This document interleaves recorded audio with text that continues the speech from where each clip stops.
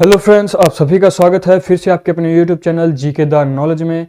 हमने बात कर ली थी मौलिक अधिकारों की। सभी हमने मौलिक अधिकार पढ़ लिए थे, कौन सा अधिकार क्या क्या छूट देता है, कौन सी स्वतंत्रता देता है।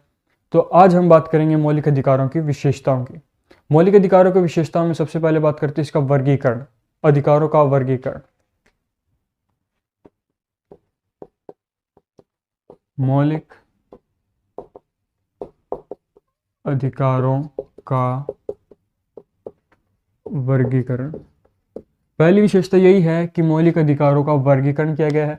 जो भाग 3 में वर्णित मौलिक अधिकार है, भाग 3 में वर्णित मौलिक अधिकारों की प्रत्येक खंडवार जो मौलिक अधिकार है उनका प्रत्येक का अध्ययन किया गया है, व्याख्या सहित उनको बताया गया है। और यह आर्टिकल आपको बता देता हूँ कि 12 से 32 है और इनका प्रत्येक आर्टिकल का सेपरेटली उनका डिटेल वाइज वर्गीकरण किया गया है, उनका व्याख्या सहित बताया गया है। दूसरी बात आती है कि अधिकार मौलिक है। अधिकार मौलिक है। अधिकार मौलिक इस प्रकार है कि जो ये अधिकार है वो संविधान के सर्वोच्च कानून में वर्णित किए गए हैं, इनको रखा गया है संविधान के सर्वोच्च कानून में। और साथ के साथ प्रत्येक सरकार का, चाहे वह केंद्र हो, राज्य हो या स्थानीय सरकार का कर्तव्य है कि वे इन अधिकारों का पालन करें। इस प्रकार ये अधिकार जो है मौलिक हैं। दूसरा पॉइंट क्या है कि केंद्र सरकार हो या राज्य सरकार हो, इन दोनों में से कोई भी सरकार हो गई, वो अधिकारों का प्रतिबंध नहीं लगा सकती। अधिकारों पर प्रतिबंध नहीं लगा सकती।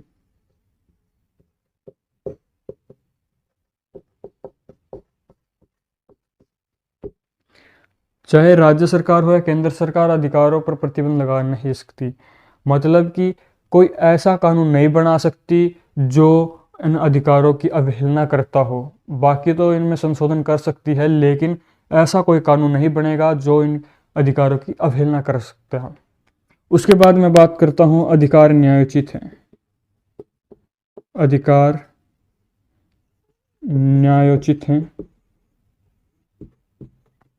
अधिकार न्यायोचित किस प्रकार हैं कि हम जो हमारे भाग 3 में वर्णन अधिकार हैं, भाग 3 में वर्णित अधिकार जो हैं उनको न्यायालय में लागू करवा सकते हैं। अगर हमें लगता है कि हमारे अधिकारों का उल्लंघन हुआ है तो हम न्यायालय जा सकते हैं। आर्टिकल 32 के अनुसार, अनुच्छेद 32 के तहत हम अपने अधिकारों को फिर से लागू करवा सकते हैं, इसलिए अधिकार न्यायोचित हैं। अगली बात क्या है कि अल्पसंख्यकों के लिए भी विशेष सुविधाएं दी गई है। अल्पसंख्यकों के लिए, अल्पसंख्यकों को भी अधिकार दिए गए हैं। जो ये मौलिक अधिकार है वो अल्पसंख्यकों भी दिए गए हैं, ताकि उनको ये महसूस ना हो कि वो इस समाज का हिस्सा नहीं है, इस राज्य का हिस्सा नहीं है।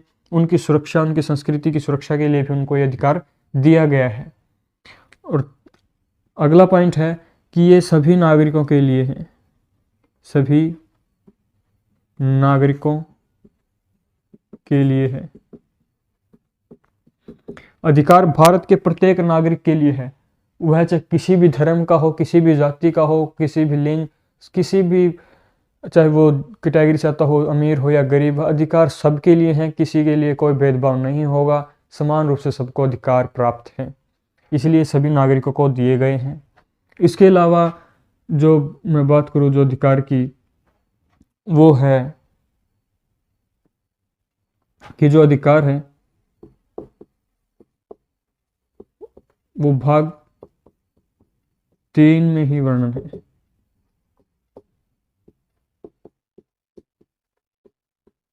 जो मौलिक अधिकार हैं उनका वर्णन भाग 3 में है। मौलिक अधिकार भाग 3 में ही वर्णित है।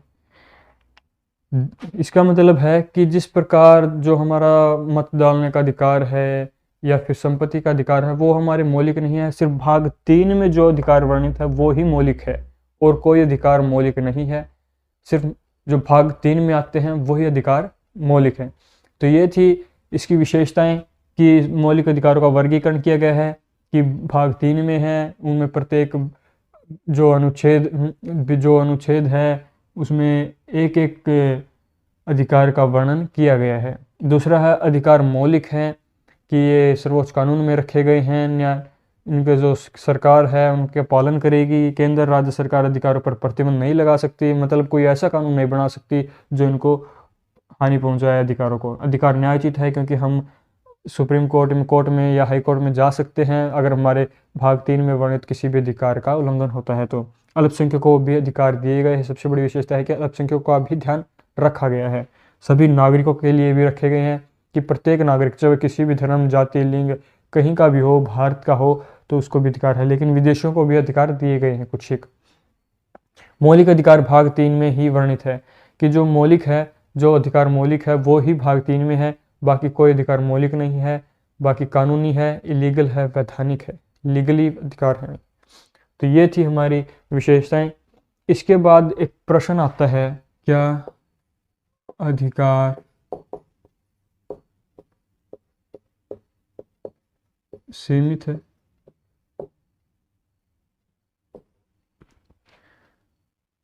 तो आपको बता दें कि अधिकार जो है वो सीमित हैं, असीमित नहीं है, क्योंकि जो हमारे संविधान में वर्णित आर्टिकल 19 है उसको स्थगित किया जा सकता है अगर किसी को लगे कि देश की एकता अखंडता बाधित हो रही है, तो सरकार ऐसा कानून बना के उनको स्थगित कर सकती है। तो आर्टिकल 19 को स्थगित किया जा सकता है अगर हमें लगे कि सामाजिक व्यवस्था बिगड़ रही है, देश की एकता अखंडता खराब हो रही है, तो इसको स्थगित किया जा सकता है। दूसरा पॉइंट क्या है कि आपातकाल आर्टिकल 352 और 356 के तहत देश में अगर आपातकाल लगती है तो सभी अधिकारों को स्थगित कर दिया जाता है। राष्ट्रपति जब शासन लागू हो जाता है तो सभी अधिकार स्थगित हो जाते हैं सिवाय आर्टिकल 21 के। आर्टिकल 21 हमें जीवन जीने की स्वतंत्रता देता है। इसके अलावा बाकी सभी अधिकार स्थगित हो जाते हैं, जिसमें हम ना तो सुप्रीम कोर्ट की सहायता ले सकते हैं। ये अधिकार जो थे हमारे, हम सीमित हो सकते हैं, इसीलिए अधिकार असीमित ना होकर बल्कि सीमित हैं, इनके भी कुछ दायरे हैं। इसीलिए ये बहुत इंपॉर्टेंट प्रश्न था। तो आई होप आपको ये वीडियो पसंद आएगी, तो लाइक शेयर सब्सक्राइब करना ना भूलें। धन्यवाद। जय हिंद।